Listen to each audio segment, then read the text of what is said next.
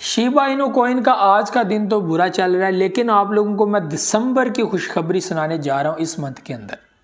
इस वक्त अक्टूबर का मंथ चल रहा है और दिसंबर की मैं अपडेट आप लोगों के सामने रखने जा रहा हूं। यहाँ पर अभी जो हालात हैं वो ये हैं कि भाई साहब अगर बिटकॉइन और ज़्यादा क्रैश कर जाता है या नीचे चला जाता है तो शिबा इनु कॉइन और ज़्यादा प्राइस ड्रॉप कर देगा, यानी कि प्राइस 14 तक आ जाती है, 12 तक आ जाती है या 50 में आ जाती है। तो it's best for you, best opportunity for you कि भाई साहब उठाओ कोइंस को, कोइंस पकड़ो। कल मैंने अभी वीडियो बनाई है, कल की मैंने जो वीडियो बनाई इसमें मैंने बोला 61 ट्रिलियन की बाइंग सिर्फ बाइनेंस की हो चुकी है। बाकी और भी वेलर जिनके पास, किसी के पास 32 ट्रिलियन की है, किसी की 1 ट्रिलियन, किसी की 6 ट्रिलियन की है। अब टॉप 100 बायर्स को देखें, टॉप 100 में 79% बायर ऐसे हैं जिनके पास बड़े लेवल पे बाइंग है, मिलियंस ऑफ डॉलर की बाइंग है और उनका जो टारगेट है वो $1 बिलियन का है कि हमें प्रॉफिट $1 बिलियन का मिले। तो ये जो टॉप के 10 वाले बंदे हैं इनके लिए तो इतना मुश्किल है नहीं। कल को एक बड़े लेवल पे मार्केट 30 में शिफ्ट हो जाती है शिबा इनु कॉइन की, तो वो तो इजीली अप्रोच कर जाएंगे 1 बिलियन को। लेकिन यहाँ पे हर बंदा जो है वो सोच बना के बैठा कि मुझे वो प्रॉफिट हो। तो भाई साहब मार्केट 12 पे आती है, 11 पे आती है, 1078 पे पहले भी आई। लोगों ने क्या हो जी 5 में तो नहीं आई, ठीक है 5 में तो नहीं आई, आप कह रहे थे 5 में आएगी। और भाई इतने भी हम लोग जो है वो 100% नहीं होते,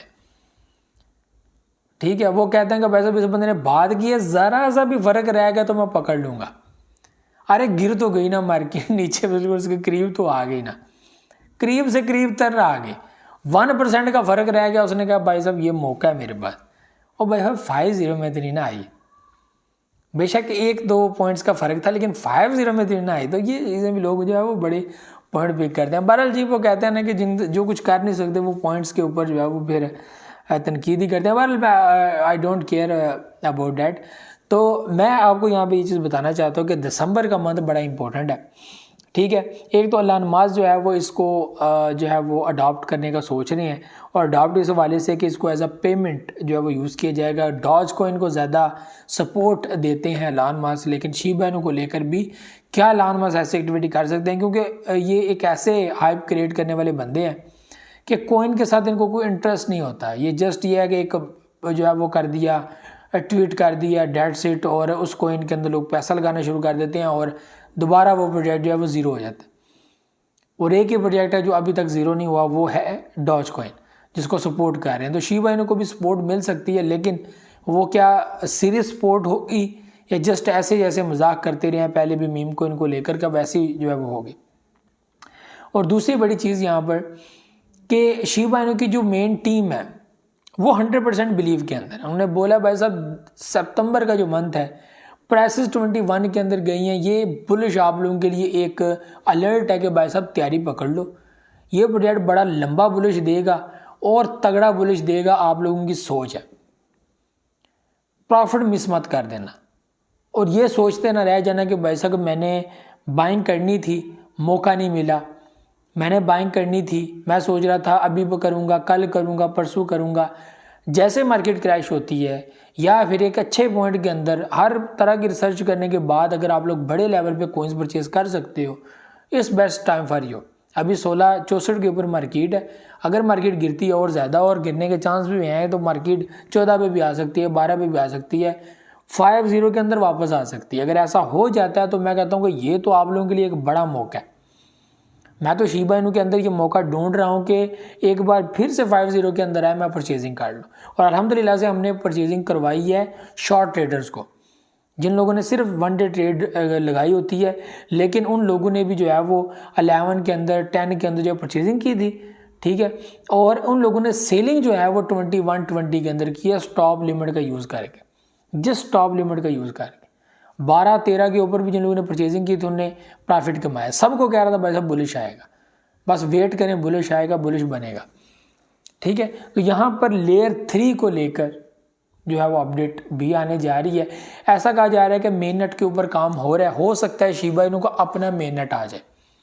एक तो है शिबेरियम, जिसको फुली तौर पर एक्टिवेट नहीं किया गया और अभी इसको जो है वो वर्किंग में है, बिल्कुल वो वर्किंग में है, काम कर रहा है, लेकिन जो है वो अभी तक सिस्टम को इसके ऊपर शिफ्ट नहीं किया गया। बर्निंग की जा रही है लेकिन बर्निंग अप्रूवल नहीं है। जब तक एथेरियम वाले इसको प्रूव नहीं करते कुछ भी नहीं हो सकता। मेन नेट को ऑफिशियली चलाया नहीं गया। लेयर 3 के अंदर ये चीज़ सोची जा रही है कि ऑफिशियली मेन नेट के ऊपर शिफ्ट कर दिया जाए और उसके बाद अपडेट कर दिया जाए हर एक्सचेंज के अंदर इस कॉइन को, ताकि इसको बाकायदा यूज़ किया, फास्ट ट्रांजैक्शन, लो फीस, सप्लाई, मेन नेट, ये सारी चीज़ें। तो अब देखना यह है कि इसके ऊपर क्या काम होता है, क्या सच में ऐसा हो सकता है। और दिसंबर का मंथ इस ही अपडेट को लेकर आपके सामने रखना है। दिसंबर का जो टाइम है ना, उसमें ये अपडेट आ सकती है, ये चीज़ हो सकती है।